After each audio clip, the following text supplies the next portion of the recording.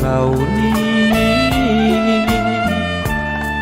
ตรัสรู้ด้วยพระองค์เองแต่เสงฟ้าปัตภีก็200,000 ดีผู้คนบูชา3 วิชาจารณสังปัญโนวิปัสสนาเกิดคุณทั้งชนทุกท่านอริยสัจ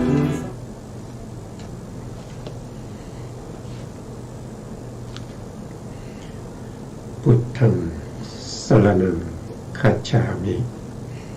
ธัมมังสรณังคัจฉามิ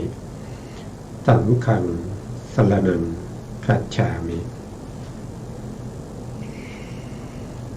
กราบนมัสการพระมหาเถระพระสังฆาธิการพระเถรานุเถระสวัสดีท่านผู้ฟังและผู้ชมทุกท่านที่ติดตามในรายการพระไตรปิฎกลอยฟ้าทางสถานีวิทยุวัดฝายหินจังหวัดเชียงใหม่ขึ้น 104.5 วันนี้เราก็พูดถึงในเรื่องของอานาปานสติซึ่งอยู่ในสติปัฏฐานตอนกายานุปัสสนาสติปัฏฐานครั้งนี้เป็นครั้งที่19ครั้งที่แล้วก็พูดถึงในเรื่องของลักษณะของป่านะครับป่าหรืออรัญญคตวาที่พระพุทธองค์ได้ชี้ให้ภิกษุสาวกทั้งหลายหาสถานที่ที่เป็นสัปปายะในการ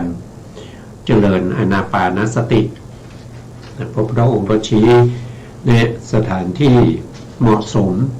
สมควรในการที่จะประพฤติปฏิบัติในเรื่องของอานาปานสติอยู่3อย่างก็คือ1ก็คืออารัญญคตวาก็คือไปสู่ป่า 2ก็คือมูลคตวาลุกขะมูลคตวาก็คืออยู่โคนไม้3ก็คือสุญญาคาละคตวาก็อยู่เรือนว่างนะครับรายละเอียดเราก็ได้พูดกันไปเมื่อครั้งที่แล้วนะ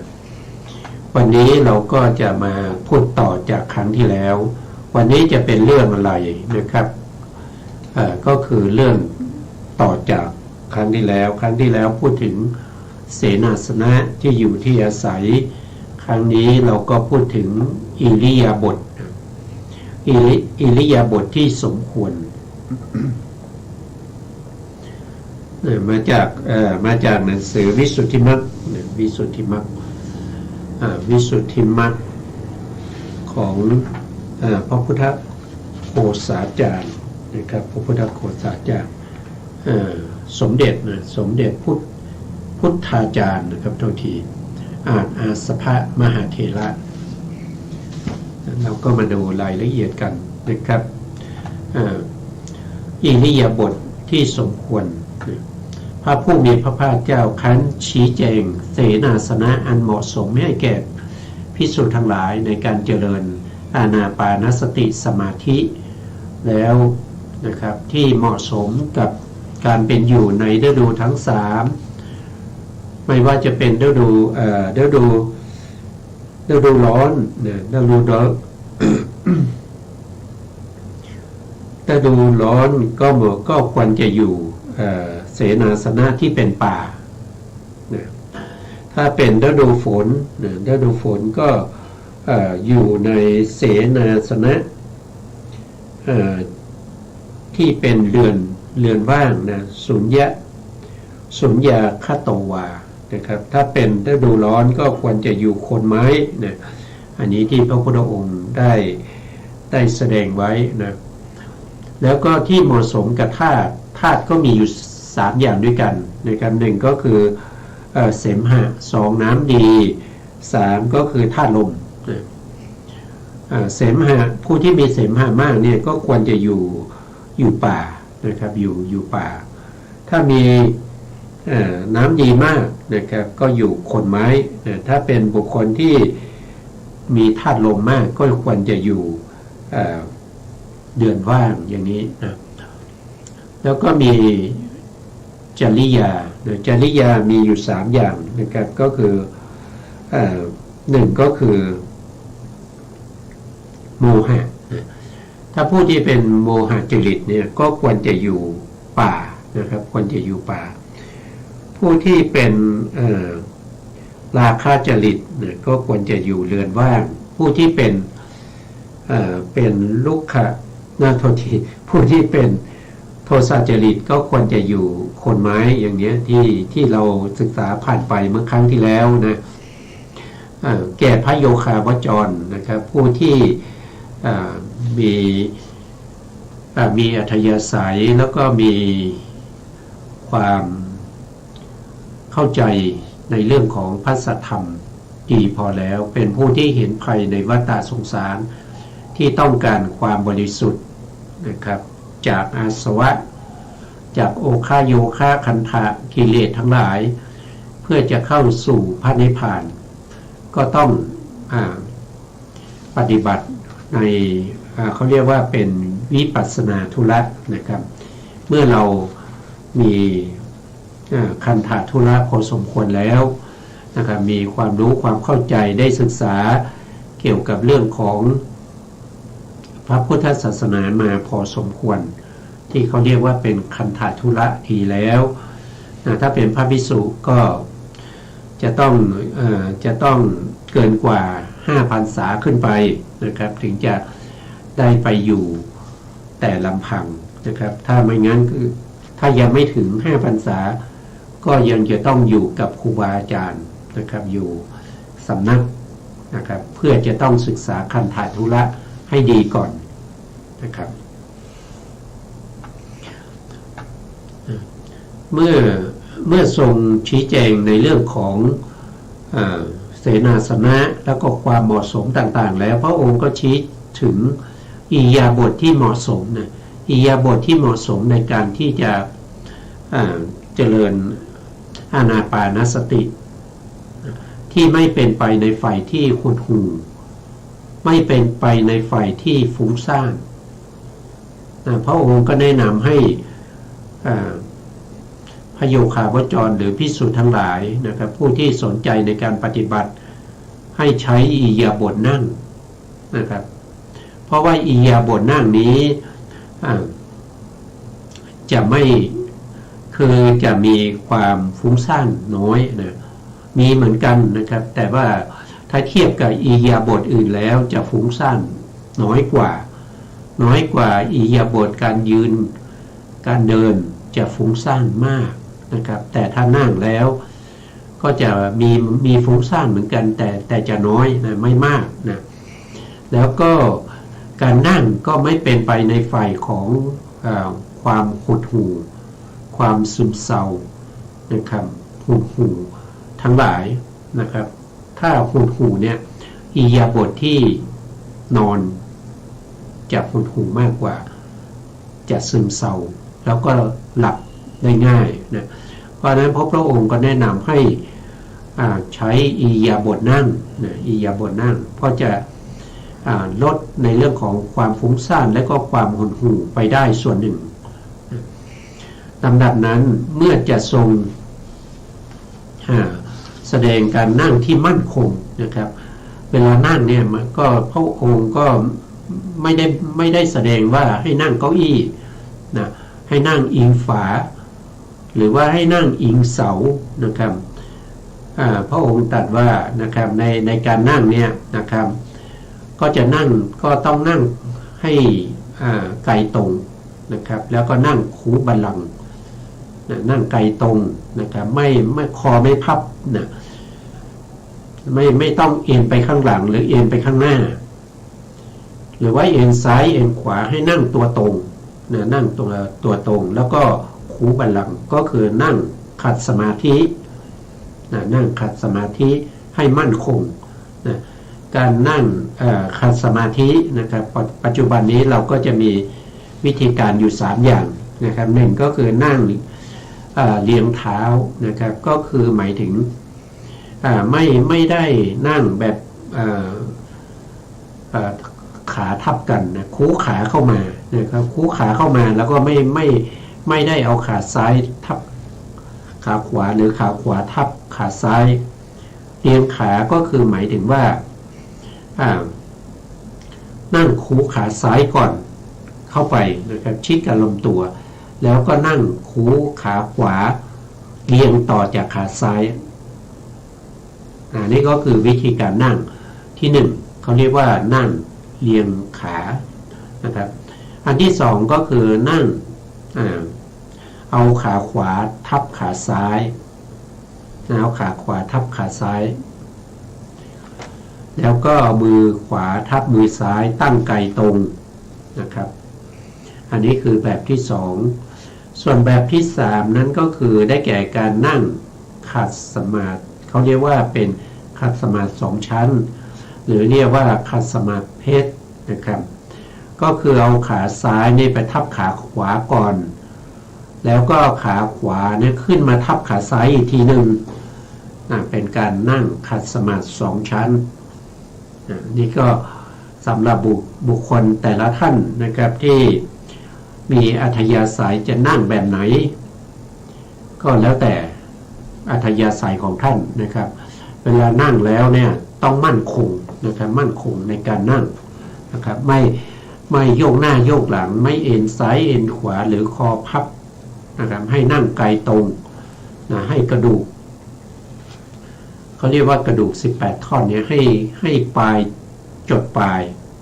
ตั้งไกตรงดำรงสติไว้เฉพาะหน้านะครับท่านบอกว่าอย่างนั้นนะครับเพื่อความสะดวกในการหายใจเข้าและก็หายใจออก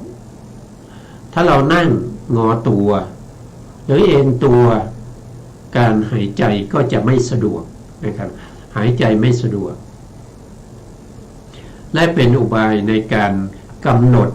อารมณ์นะครับกำหนดอารมณ์ได้ด้วยนะเรามานึก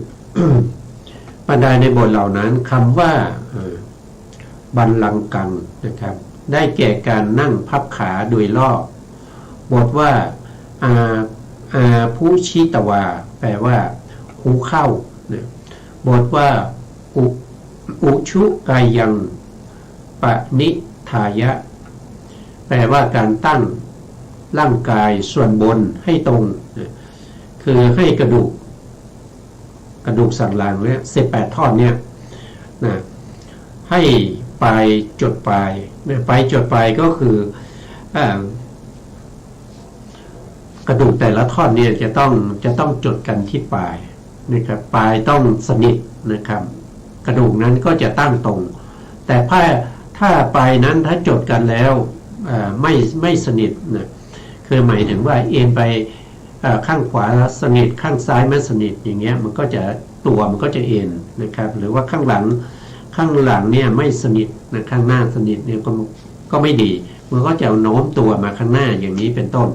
นะครับกระดูกมีอยู่18ท่อนนะกระดูกสันหลังเนี่ยจะต้องให้ต่อชนกันนะครับเพราะว่าพระโยคาวจรหรือพระภิกษุหรือผู้ปฏิบัติเมื่อนั่งแล้วเนี่ยถ้าเราเอ็นตัวเนี่ยนะครับเนื้อเอ็นนะครับแล้วก็หนังนะครับบางส่วนมันจะตึงนะครับมันจะตึงบางส่วนมันก็จะหย่อนใช่ไหมครับในส่วนที่ตึงนั้นก็จะเกิดทุกขเวทนา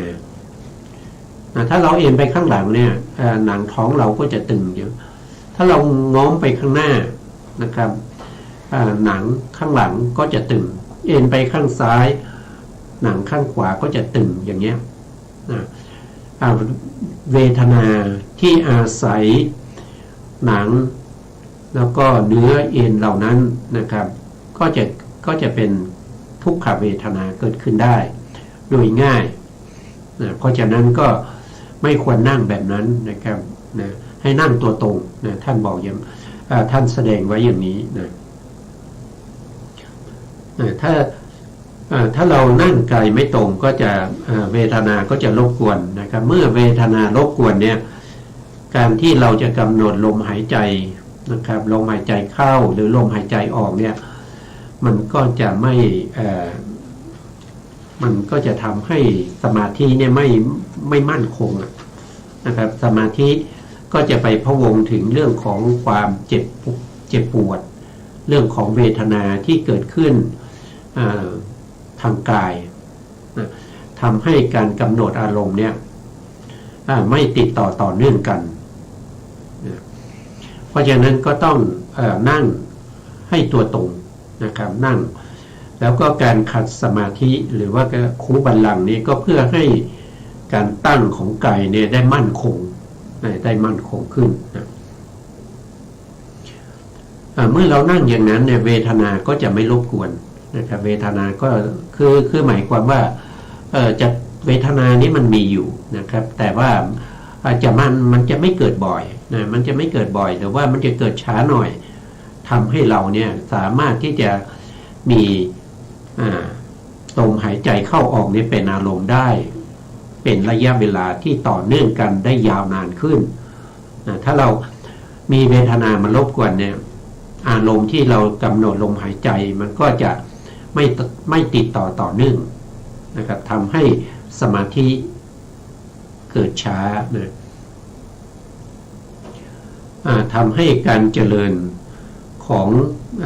สมาธิเนี่ยเป็นไปได้ช้านะปาริมุขขังสติมอุปัฏฐะเปตวาแปลว่านะพึงตั้งสติไว้ที่หน้าต่อพระกรรมฐานปาริแปลว่าโดยรอบนะปาริเนี่ยแปลว่าโดยรอบปารินี่มีความหมายหลายอย่างนะครับบางที่ก็แปลว่าโดยรอบบางที่ก็แปลว่าเฉพาะหน้าภาษาดิบุตรท่านก็แปลว่ากำหนดถือเอานะครับก็แปลได้หลายอย่างนะครับแล้วก็มุขขังก็แปลว่าเฉพาะหน้า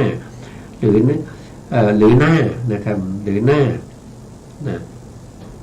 หรือบางที่ก็แปลว่าออกไปนะครับออกไปนำออกไปนำอะไรออกไปก็คือนำกุศลธรรมนะครับที่เกิดขึ้นในใจก็คือพวกนิวรณ์ทั้งหลายให้ออกไปหรือนำเอาปฏิปักษ์ธรรมนะครับธรรมที่เป็นปฏิปักษ์ต่อสมาธิที่เรากำลังเจริญอยู่นั้นให้ออกไปพึงตั้งสติให้ใบหน้าต่อกรรมฐานก็คือหมายถึงว่าให้สติเนี่ยเกาะอยู่ที่ลมหายใจลมหายใจของเรานะครับอย่าให้หลุดไปได้นะครับอย่าหลงลืมสตินะให้สตินี้ตั้งมั่นอยู่ที่ลมหายใจนะไม่ว่าจะเป็นลมหายใจเข้ายาวนะครับก็ต้องรู้ชัดว่าหายใจเข้ายาวหายใจออกยาวก็ต้องรู้ชัดว่าหายใจออกยาวนี่อันนี้ก็เป็นข้อที่หนึ่งนะครับเป็นข้อที่หนึ่งส่วนข้อที่สองนะครับที่เราจะต้องรู้นั่นก็คือเมื่อเราหายใจเข้าสั้นนะครับก็ต้องรู้ชัดว่าหายใจเข้าสั้นหายใจออกสั้นก็ต้องรู้ชัดว่าหายใจออกสั้นแล้วก็ต้องสำเนียกตามศึกษากองลมทั้งปวงแล้วก็หายใจเข้าย่อมตามสำเนียกศึกษาคือทำให้ติดต่อกันให้รู้กองลมทั้งหมดเนี่ยไม่ว่าจะลมหายใจเข้าออกยังไงก็ต้องรู้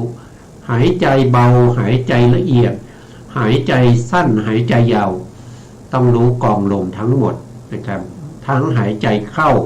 แล้วก็หายใจออกอันนี้คือข้อที่สามส่วนข้อที่สี่เมื่อปฏิบัติลมหายใจกำหนดลมหายใจไปเรื่อยๆในลมหายใจมันก็จะละเอียดขึ้นโดยธรรมชาตินะครับถ้าสมาธิของเราเนี่ยมีกำลังนะครับเริ่มรวมตัวกันนะลมหายใจมันก็จะแผ่วเบาลมหายใจแผ่วเบาลมหายใจนั้นก็จะละเอียดขึ้นนะครับเราต้องกำหนดรู้ลมหายใจที่ละเอียดนั้นให้ได้นั่นก็คือการระงับกายสังขาร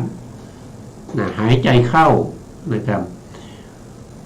เราจะต้องระงับกายสังขารแล้วก็หายใจออก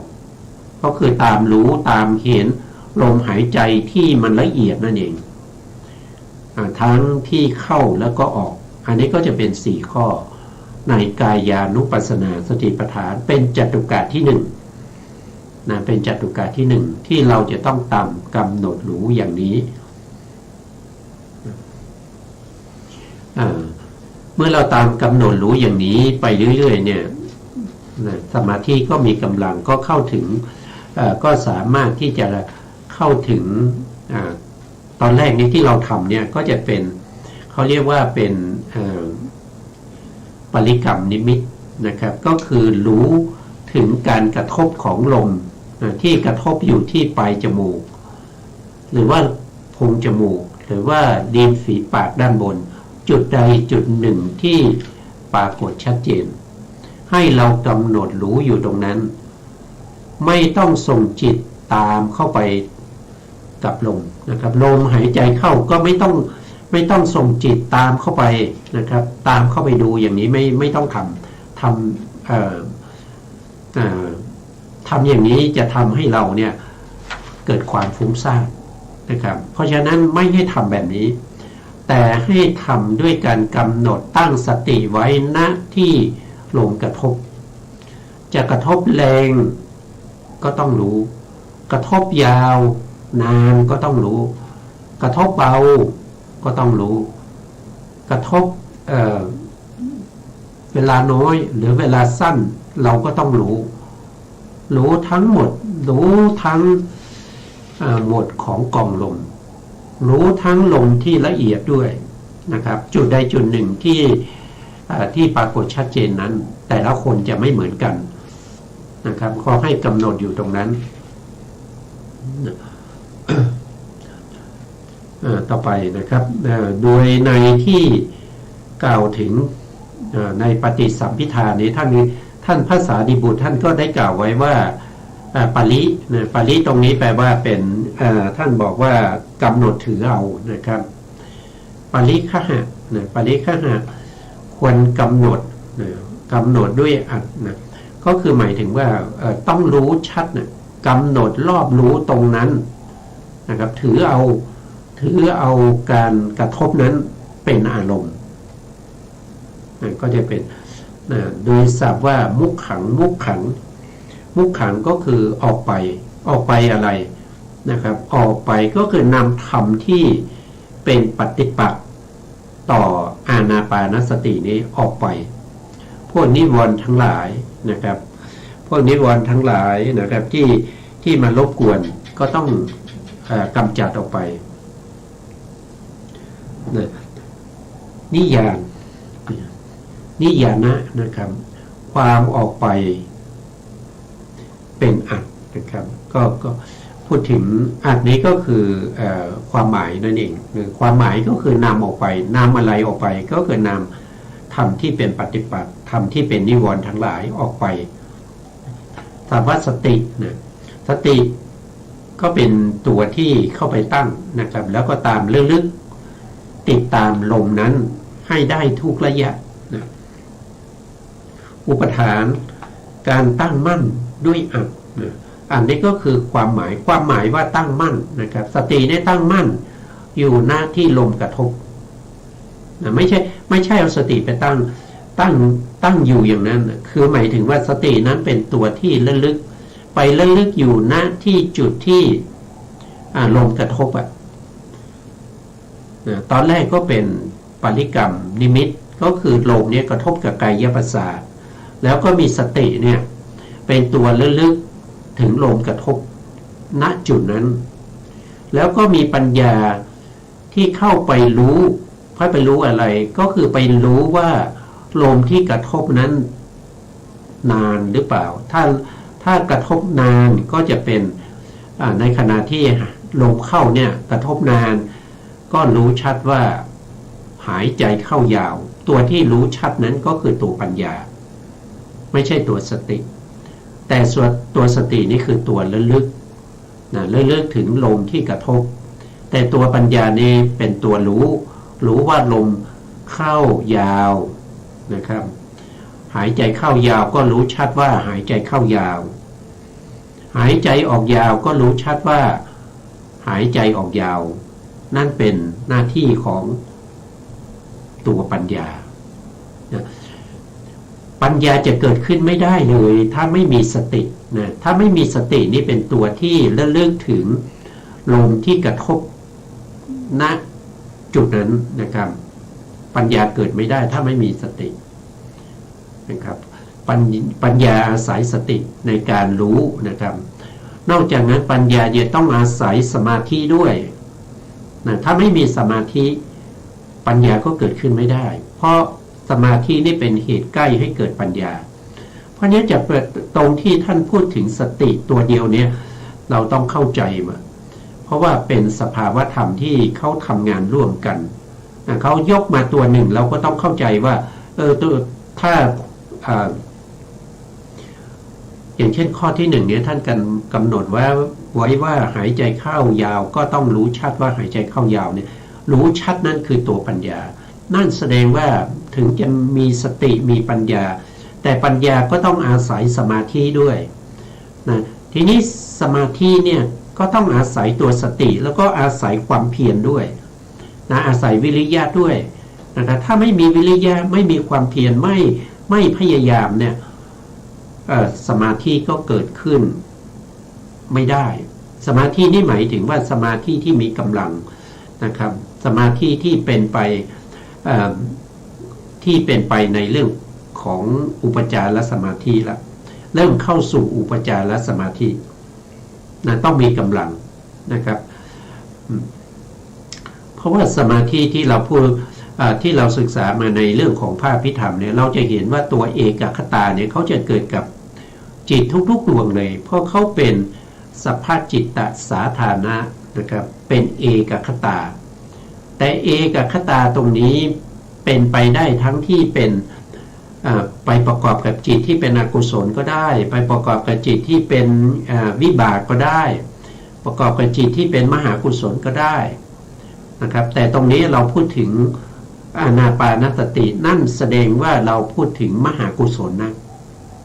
เราพูดถึงมหากุศลสติก็อยู่ในมหากุศลนะครับแล้วก็ตัวสมาธิก็อยู่ในมหากุศลวิริยะก็อยู่ในมหากุศลปัญญาก็อยู่ในมหากุศลรวมกันนะครับเราเรียกว่าเป็นสัมปยุตธรรมแต่เราพูดถึงสติปัฏฐานเรายกให้ตัวสตินั้นเป็นประธานนะเพราะว่าเราพูดถึงสติปัฏฐานก็ต้องยกตัวสติเป็นประธานแต่เราต้องเข้าใจว่าไม่ใช่ตัวสติตัวเดียวที่ทำงานอย่างนี้ในการทำงานอย่างนี้ที่รู้ชัดว่าลมหายใจเข้ายาวก็รู้ชัดว่าลมหายใจเข้ายาวจะต้องมีสัมปยุตธรรมเกิดขึ้นแต่ตัวสติเป็นประธานเพราะพูดถึงสติปัฏฐานเราก็ต้องเข้าใจอย่างนี้นะครับเมื่อเป็นอย่างนี้เนี่ยอกุศลมันก็เข้าไม่ได้นะอกุศลแล้วจิตไม่ว่าจะเป็นโลภะนะครับไม่จะเป็นโลภะโทสะโมหะเข้าไม่ได้เลยเพราะอะไรเพราะจิตในการเกิดแต่ละครั้งเนี่ยเกิดดับเนี่ยเขาจะเกิดได้เพียงดวงเดียวถ้ามหากุศลยังเกิดอยู่อกุศลเข้าไม่ได้นะครับเมื่อไหร่ที่เป็นนิวรณ์เข้ามานั่นแสดงว่าเป็นอกุศลเข้าจิตที่เป็นมหากุศลก็จะเกิดขึ้นไม่ได้นะก็จะเป็นลักษณะของการทำงานของจิตอย่างนี้เราเรียกว่าจิตตนิยามเขาเป็นไปอย่างนี้เขาจะเกิดดับติดต่อกันไปเป็นเส้นได้ตลอดชีวิตของเราไม่มีการหยุดนะจิตจะหยุดต่อเมื่อเมื่อไหร่ต่อเมื่อเราได้เป็นพระอนาคามีหรือว่าได้เป็นพระอรหันต์เราเข้านิโรธสมาบัตินะจิตเจตสิกจะดับนะครับหรือว่าถ้าเราไปเกิดในภพภูมิที่เป็นอสัญญาสัตตภูมินั้นจะไม่มีจิตนะครับจิตนั้นก็จะเวลาเราไปเกิดตรงนั้นเราไปอยู่ตรงนั้นถึง500มหากัปจิตจะไม่เกิดเลยจนกว่าเราจะจุติเขาไม่เรียกจุติเขาเรียกว่าชีวิตตานวกกลาภที่เกิดครั้งสุดท้ายในภพนั้นแล้วก็ออกมาได้ปฏิสนธิมาเป็นมนุษย์ ถึงจะมีจิตอีกทีหนึ่งนะครับเพราะฉะนั้นถ้าอยู่โดยทั่วไปเนี่ยจิตไม่มีการหยุดทำงานไม่ว่าเราจะดับจะหลับนะจะทำอะไรก็ตามจะต้องมีจิตอยู่เสมอแต่จิตไม่ใช่เป็นจิตดวงเดียวจิตจะมีการเกิดดับจิตเกิดดับแล้วแต่สภาวะของจิตว่าจะเป็นกุศลเป็นอกุศลเป็นวิบาก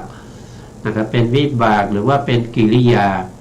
นะเราเป็นปุถุชนเนี่ยมีกิริยาสุดสองดวงนะครับนั่นก็คือปัญจทวาราวชนะจิตทำหน้าที่อาวชนะหนึ่งแล้วก็มโนทวาราวชนะจิตทำหน้าที่โมกขณะอีกดวงหนึ่งแล้วก็ทำหน้าที่อาวชนะในมโนทวารนะครับก็จะมีอยู่สองดวงนะครับพวกนี้จิตพวกนี้ก็จะเกิดดับอยู่เรื่อยๆนะครับเพราะฉะนั้นก็เป็นไปตามเหตุตามปัจจัยที่จะเกิดขึ้นนะครับต่อไปนะครับเหตุนั้นจึงตัดว่าปริมุขขังสติงนี้ก็คือสตินะครับสติที่ตั้งมั่นนะครับปรินะครับถือเอามุขขังอันนี้นำออกนะครับออกไปนะครับเข้ามาจากภาษาดิบุตรท่านได้แสดงไว้ในปฏิสัมภิทานะครับดังนั้นในปฏิสัมภิทานั้นมีความสังเขตดังนี้นะครับทำให้สติออกไปจากปฏิปักษ์ธรรมอันกำหนดแล้วดังนี้ก็คือนี่ท่านจริงๆแล้วก็คือทำให้อกุศลธรรมเนี่ยออกไปตรงนี้ท่านบอกว่าทำสติให้ออกจากปฏิปักษ์ธรรมจริงๆเขาก็ไม่ได้เกิดร่วมกันอยู่แล้วนะครับแต่ถ้าอกุศลเกิดสติเกิดไม่ได้นะเพราะสตินี้จะประกอบเฉพาะโสภณจิตเท่านั้นนะอกุศลเป็นอโสภณะเพราะฉะนั้นสติเกิดไม่ได้ถ้าสติเกิดอกุศลเกิดไม่ได้นะถ้าอกุศลเกิดสติก็เกิดไม่ได้นะครับก็จะเป็นลักษณะอย่างนี้นะต่อไปนะครับต่อไปเราก็มาดูในเรื่องของหายใจเข้าแล้วก็หายใจออกตามที่มีสติเป็นตัวกำหนดนะครับ ในบทว่าโสสโตวะโสสโตวะอะสติสโตปัสสสติความว่าภิกษุนั้นนั่งอย่างนั้นแหละตั้งสติมั่นคงอย่างนั้นแล้วเมื่อไม่ละสติชื่อว่าเป็นผู้มีสติหายใจเข้ามีสติหายใจออกตามที่ท่านได้อธิบายไว้เป็นอะไรเป็นสโตกาลีสโตกาลีแปลว่าผู้ทำนะผู้ทำคำว่าโสสโตวะนะครับโสสโตวะนี่ก็คือถ้าเราแปลก็คือจะได้เป็นเธอทำสติเนืองๆนะครับเมื่อหายใจเข้าหายใจเข้าก็รู้ว่าหายใจเข้านะครับสตินี่แปลว่าหายใจเข้านะครับตัวนี้แปลว่าหายใจเข้าแล้วถ้าเป็นปัสสัสสติสถานีวิทยุสาธารณะจังหวัดเชียงใหม่คลื่นพัฒนาคุณภาพชีวิต FM 92.0 ต้องตั้งสติไว้กำหนดรู้ถึงลมหายใจเข้าและก็ลมบริหารและจัดเป็นติดต่อเนื่องกันนั่นเองนะครับนี้ท่านก็อธิบายไว้อย่างนี้นะครับความว่าภิกษุนั้นนั่งยังไงก็บอกแล้วก็นั่งคูบัลลังก์นะครับนั่งคูบัลลังก์ตั้งกายตรงดำรงสติไว้เฉพาะหน้านะครับตามกำหนดรู้ถึงลมหายใจเข้าและลมหายใจออกเมื่อเราตามรู้ตามเห็นลมหายใจเข้าและก็ลมหายใจออกนั่นก็ได้ชื่อว่าเป็นสโตกาลีส โตกาลีคือผู้ทำสตินะผู้ทำสติ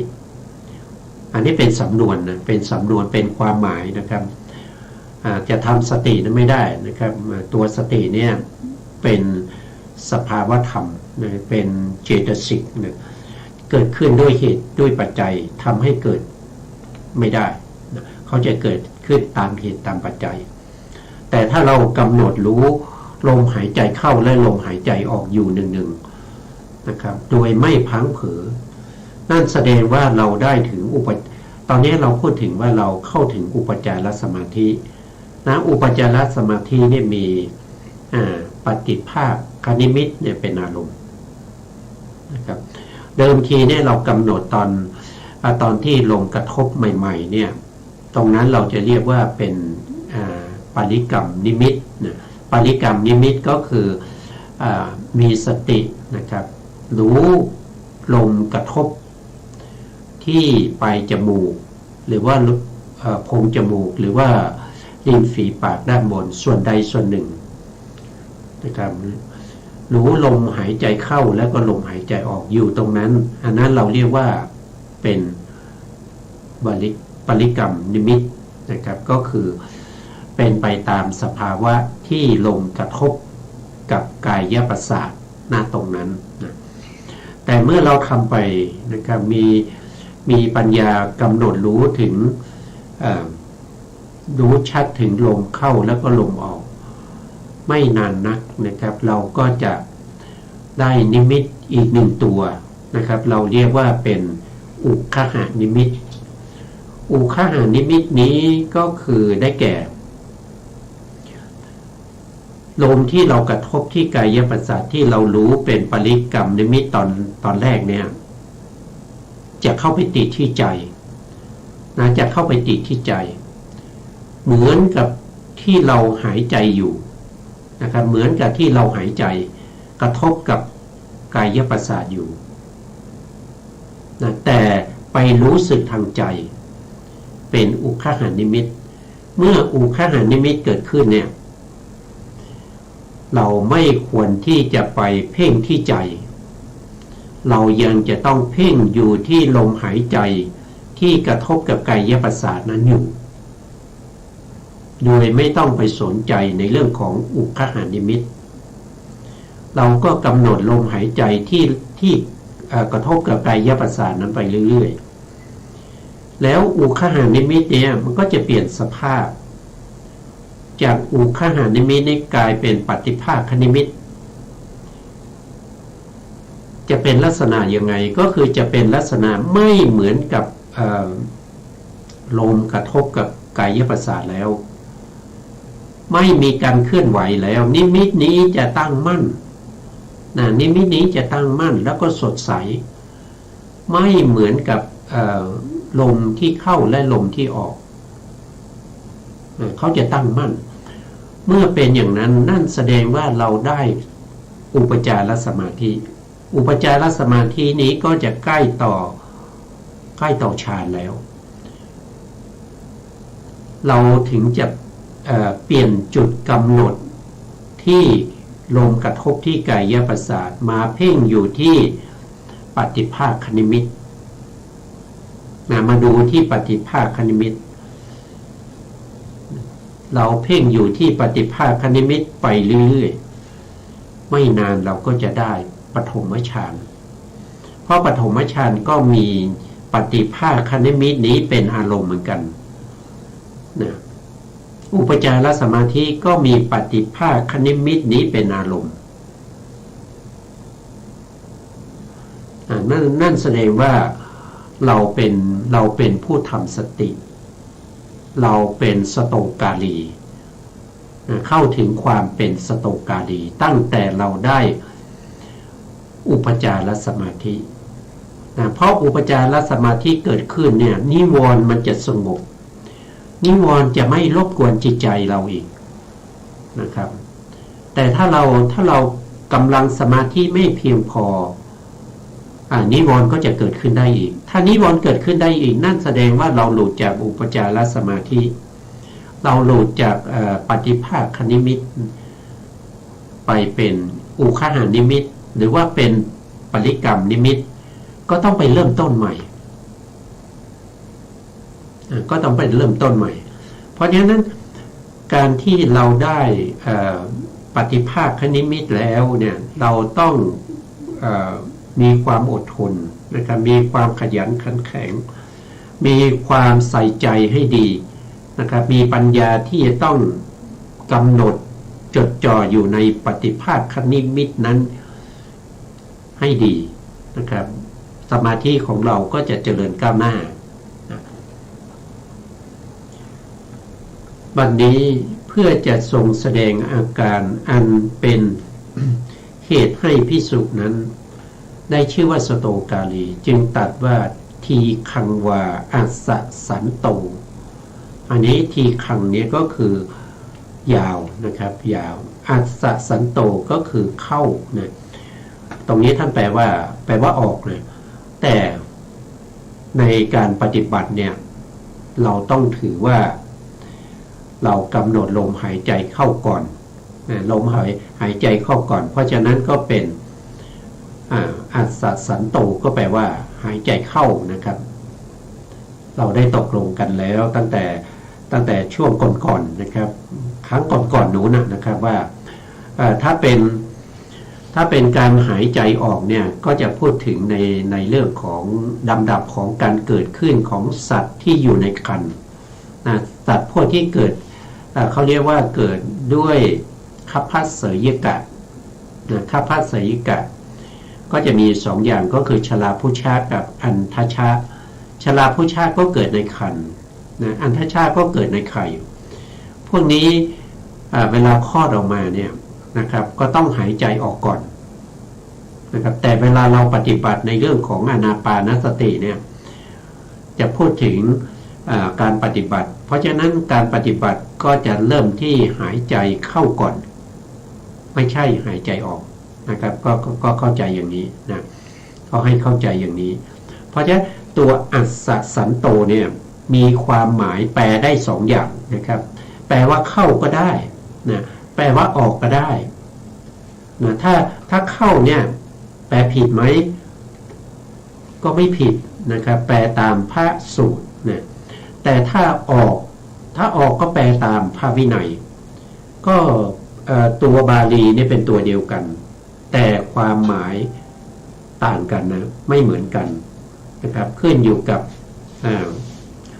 สิ่งแวดล้อมสถานการณ์นะเนื้อหาในขณะนั้นว่าเรากำลังพูดถึงอะไรนะเพราะฉะนั้นในที่นี้เราพูดถึงเรื่องของการปฏิบัติเพราะฉะนั้นเราก็ถือว่าอัสสะสันโตนี้เป็นการหายใจเข้านะครับหายใจเข้าตามไม่รู้ว่าจะจำได้หรือเปล่านะครับที่เราศึกษามาตั้งแต่ตอนแรกในเรื่องของอาการ16อย่างนะครับในเรื่องของจตุกะทั้ง4นะครับจตุกะที่1จตุกะที่1ท่านก็พูดถึงในเรื่องของลมหายใจเข้ายาวแล้วก็ออกยาวนะครับคือพระพุทธองค์ได้แสดงไว้นะครับว่าทีคังวาอัสสะสันโตอันนี้ก็คือเมื่อหายใจเข้ายาวทีคังอัสสะสามีติปชานาติก็รู้ชัดว่าหายใจเข้ายาวอันนี้คือท่อนที่1นะครับอันนี้คือท่อนที่1อยู่ในข้อที่1ท่อนที่1และท่อนที่2ในข้อที่1ท่านก็บอกว่าทีคังวาปัสสะสันโตทีคังปัสสะสามีติปัจฉานาติอันนี้ก็ถ้าแปลก็คือหายใจออกยาวก็รู้ชัดว่าหายใจออกยาวอยู่ในข้อเดียวกันนะมีทั้งหายใจเข้าแล้วก็หายใจออกนะ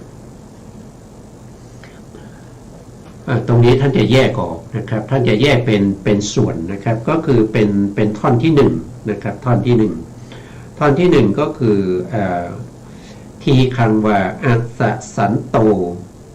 ทีคังอัสสะสามีติปัจฉานาติ เมื่อหายใจเข้ายาว ก็รู้ชัดว่าหายใจเข้ายาวนะก็เป็นอย่างนี้นะตรงดังที่พระธรรมเสนาบดีได้แสดงไว้ในปฏิสัมภิทานะครับปฏิสัมภิทาในวิพังค์นะครับในวิพังค์ว่าโสสักโตวะอัสสสตินะอัสสสตินะแล้วก็ได้แก่อะไรนะครับได้แก่อะไรได้แก่อะไรท่านก็ตรงนี้มีต่อสโตปัสสะสติอันนี้คือหายใจออกนะครับหายใจออกนั่นแหละนะพระโยคาวจรนะครับตรงนี้ทำเดียวนะครับตรงนี้ต่อเนื่องกันนะครับก็อันนี้ท่านก็พูดถึงที่ต่อเนื่องจากทีคังวาอัสสะสันโตนะครับก็คือหายใจเข้ายาวนะครับแล้วก็เป็นผู้นะครับโสสโตวะนะครับโสสโตวะก็คือผู้ทำคือผู้ทำสตินั่นเองนะครับก็คือสโตกาลีนะครับเนี่ยตรงนี้มาจากตรงนี้นะครับมาจากข้างบนมาจากข้างบนก็คือหมายความว่าเมื่อลมหายใจเข้ายาวนะลมหายใจเข้ายาวตรงนี้ก็เป็นผู้เป็นสโตกาลีนะครับโสสโตวะอัสสสติก็คือเป็นผู้ทำสติก็คือเป็นผู้ที่รู้นะรู้ว่าหายใจเข้ายาวนะครับอัสสสันโตอัสสสตินะมีสติรู้หายใจเข้ายาวนั่นเองนะตรงนี้ต่อมาก็จะเป็นปัสสสติอันนี้คือหายใจออกนะครับสัตโตปัสสสตินะครับนั่นแหละพระโยคาวจรย่อมเป็นผู้ที่ชื่อว่าสโตกาลีก็คือหมายถึงว่าทั้งหายใจเข้านะครับหายใจเข้าอัสสะสันโตทั้งปัสสะสติหายใจออกก็ต้องรู้นะครับรู้ชัดนะครับเมื่อรู้ชัดลมหายใจเข้าแล้วก็ลมหายใจออกผู้นั้นก็ได้ชื่อว่าเป็นสโตกาลีเป็นผู้ทำสตินะด้วยอาการ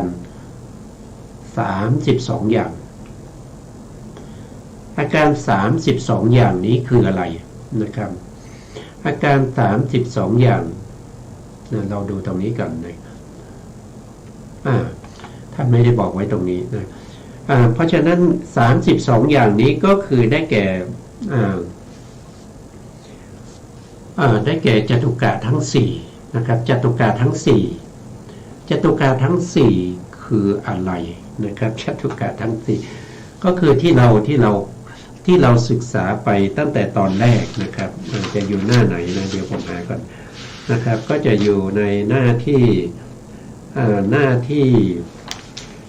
490เราจะเอาตรงนี้ก่อนนะครับเราจะพูดถึงตรงที่32อย่างนี้ก่อนนะครับก็ย้อนไปหน้าที่491นะหน้าที่491โอ้ยโทษที491นะ491เราก็มาดู491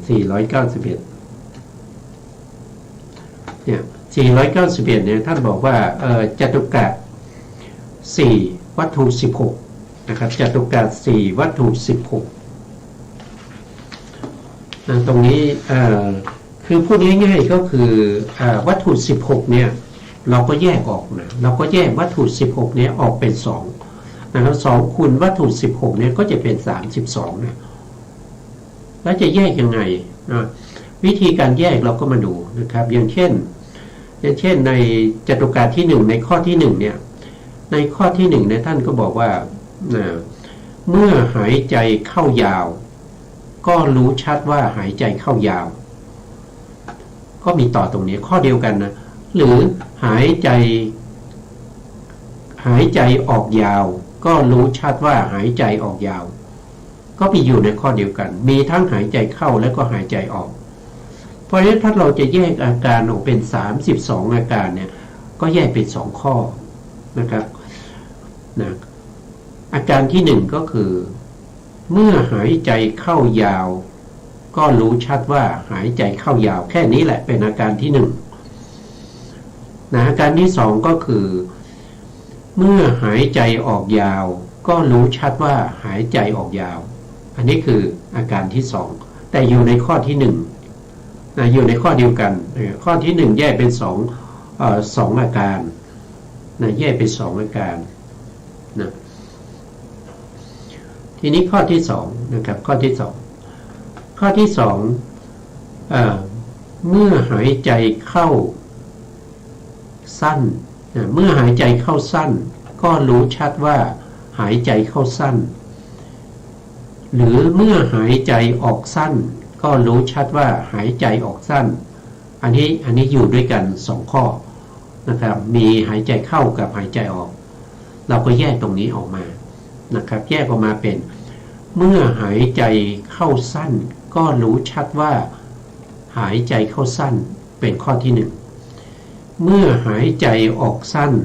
ก็รู้ชัดว่าหายใจออกสั้นนี่ก็เป็นข้อที่2นั่นก็แยกออกมาเป็น2อาการนะครับ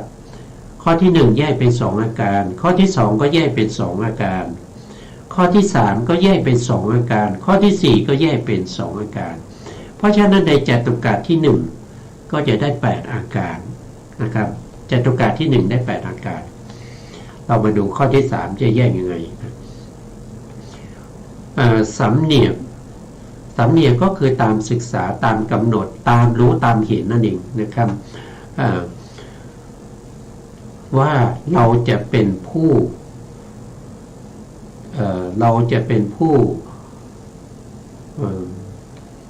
มันจะแปลไม่เหมือนกันนะเราจะเป็นผู้รู้ตลอดกายก็คือตลอดกองลมตรงนี้เราจะเป็นผู้คือสำเนียกเราจะต้องตามรู้ตามเห็นกองลมทั้งปวงแล้วก็หายใจเข้าส่วนที่2ก็จะเป็นเราจะต้องตามรู้ตามศึกษาให้รู้เห็นกองลมทั้งปวงหายใจออกอย่างเงี้ยเราก็แยกเป็น2ข้อแยกหายใจเข้าไว้ที่1แยกหายใจออกไว้ที่1ก็ได้2ข้อนะได้มา2ข้อ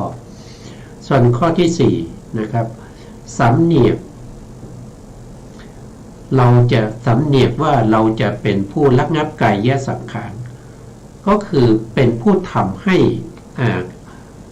ลมหายใจละเอียดขึ้นนั่นเองคือเขาจะละเอียดโดยธรรมดาคือเราจะต้องตามรู้ว่าลมหายใจเข้าละเอียดนะครับก็คือระงับกายสังขารทั้งปวงหายใจเข้านี่คือข้อที่1ข้อที่2นะครับสำเนียกว่าเราจะตามรู้กายสังขารทั้งปวงหายใจออกอันนี้ก็คือข้อที่2นะครับรวม4ข้อในจตุกะที่1ได้อาการมา8นะครับแล้วก็มีจตุกะที่2นะจตุกะที่2ก็แยกออกเป็น2ข้อนะครับแยกออกเป็น2ข้อแต่ละข้อเนี่ยแยกออกเป็น2ข้อในจตุกะที่2ก็ได้มาอีก8นะครับจตุกะที่2ได้8นะครับยกตัวอย่างเช่นนะครับเอาแค่ข้อเดียวนะครับสำเนียกว่าเราจะเป็นผู้ตามเห็นปิติหายใจเข้าสำเนียกว่าเราจะต้องเป็นผู้ตามรู้ปิติหายใจออกแล้วก็แยกออกนะครับแยกออกหายใจเข้าไว้ข้อ1หายใจออกไว้อีกข้อ1นะก็ได้2ข้อเพราะฉะนั้น4ข้อก็ได้มา8นะเพราะจตุกะที่2ก็แยกออกมาเป็น8ข้อนะครับจตุกะที่3ก็แยกออกมาเป็น8ข้อนะจตุกะที่4ก็แยกออกมาเป็น8ข้อนะครับมีอยู่4จตุกะ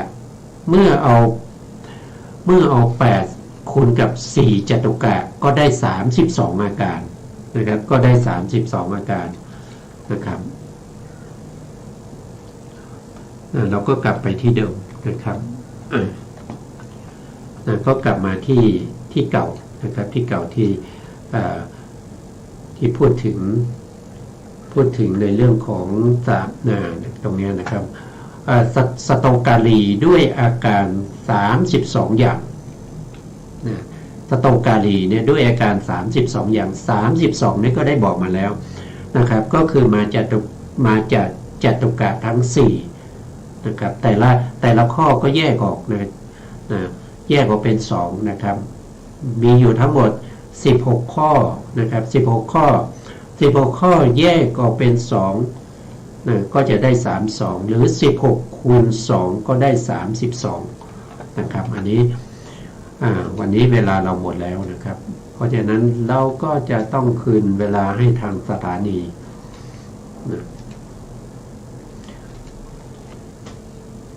สุดท้ายนี้ขอบพระคุณพระครูสมุทรวิสุวัฒน์วรกิจโจผู้อำนวยการสถานีวิทยุเพื่อการศึกษาพระพุทธศาสนาและวัฒนธรรม FM 104.5 เมกะเฮิรตซ์วัดฝายหินจังหวัดเชียงใหม่และขอบพระคุณพระครูปริยัติยานุศาสตร์ขอบคุณท่านผู้ฟังและผู้ชมทุกท่านที่ติดตามในรายการพระไตรปิฎกลอยฟ้าพบกันใหม่ในโอกาสต่อไปครับวันนี้ลาไปก่อนครับสวัสดีครับ